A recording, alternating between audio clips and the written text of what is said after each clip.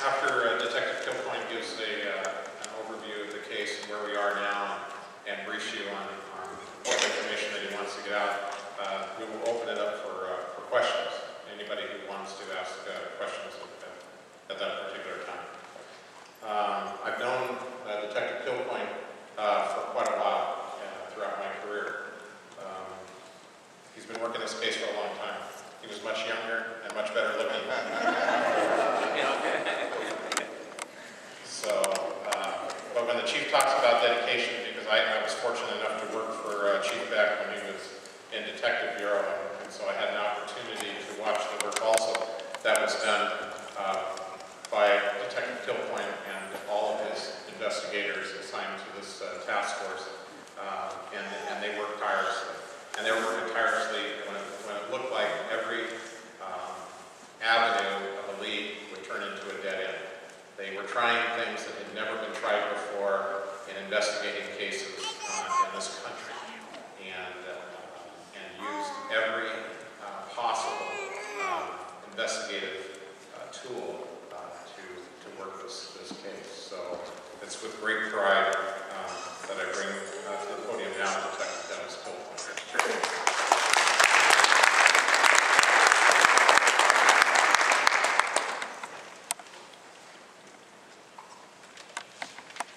Good evening, everyone.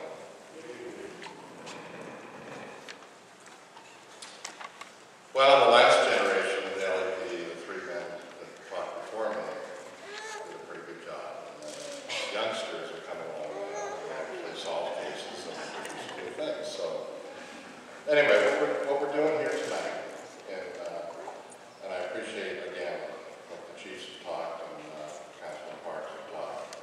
Your participation has meant a lot to this case. It's meant everything.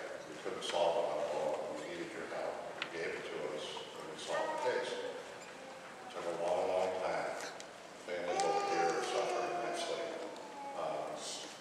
So once again, we're coming to you for help. We're coming to the media. We're coming to anyone that happens to watch the news tonight. Because last December, we have done some unorthodox things with this investigation. We were the first in the country to use a new technique called familial DNA, where we actually track this man down through the DNA the state had collected from his son. And we did a backwards family tree, and that's what led us to Lonnie Franklin last July 2010. Again, we went to the public last December, and a little out of the box, we went with 180 photographs of women's faces unknown to us, and went to the public to try to identify these young ladies and find out their welfare status, is what our mission was. Much to our happiness, 99% of them were alive and well. Most of them didn't want to become public. They proved to us who they were, and that they had done some stupid things way back when in their lives, when they crossed paths with Mr. Franklin. They didn't want to be visited publicly or in the media, and we acknowledge that, but we satisfied ourselves that they were okay. Their welfare was good to go. So out of 180 photos, we have 48 remaining. These 48 faces here to my left were part of that original 180, but they are also somebody's family member. They're not just a number and a picture on a poster. They have a family out there, and we need to talk to that family. We need to talk to these young ladies if they're still around. I suspect that the majority of them are.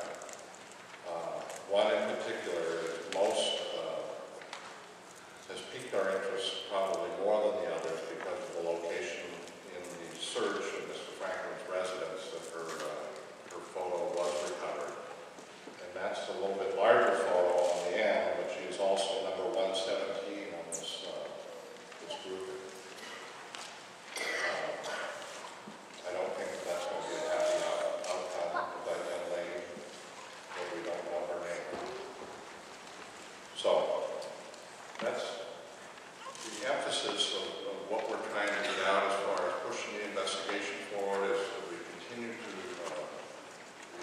to work with varying agencies that surround the city of Los Angeles, Hawthorne, Gardena, the Sheriff's Department, Inglewood.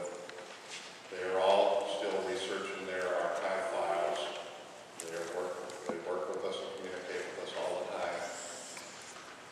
We are currently in the Los Angeles Police Department. We are currently have a task of in the neighborhood of 200 cases that are being reviewed, stretching as far back to May of 1976, was the time frame that Mr. Lonnie Franklin exited his tour of duty with the United States Army. Prior to 1976, he was stationed in Germany for a number of years, and prior to that, he was here raised in Los Angeles. So we are taking May 7th of 1976 as the beginning date of our search to the date of his arrest in July of 2010. We're working with the coroner's office because they've got approximately 90 Jane Does over that period of time that are unidentified remains. So we're going to found throughout the county. We have missing persons, volumes and volumes of missing persons files that are being reviewed by the Los Angeles Police Department as well as the California Department of Justice Missing Persons Program. So there's still an awful lot of work ahead of us. It's not stopping. It should not stop. Some people say we're going to charge him with 10 murders and one attempted murder is not enough. And I would ask if one of these faces was your daughter, would that be enough? And I would say no. The chief, the councilman, the city of Los Angeles, this was high priority. And that's where we're headed. And hopefully one day we'll come to a conclusion. So tonight we're at, like I said, we've charged him with 10 murders, one attempted murder. The investigators have concluded that we have an additional 6 murders, and we have an additional surviving victim who was left for dead many years ago. It's a miracle that she's survived.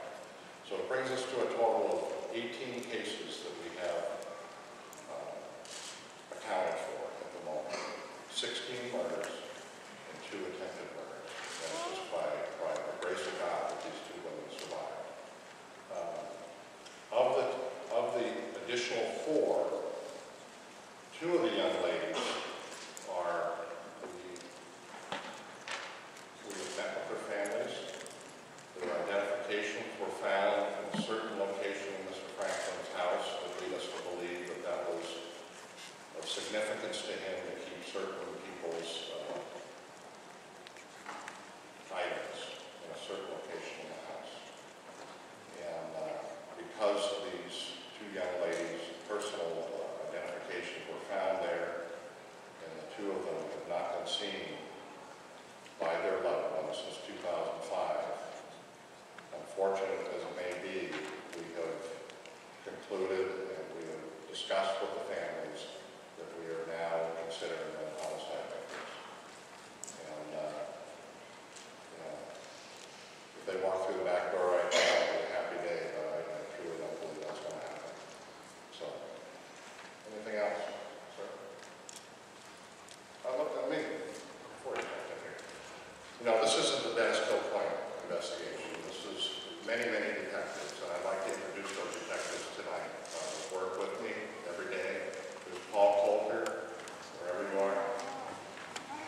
In the back, Darren Dupree, and Shans McCoy. One detective, we finally let him retire, Bill Fallon. He rode off to the Sunset. He's down in Texas. Why? I have no idea. But, and then one of our detectives is off this evening, Cliff Shepherd. So, again, there's many, many people working on this. The resources the department has put towards this are incredible.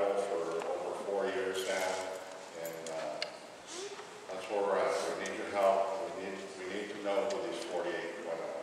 Thank you very much.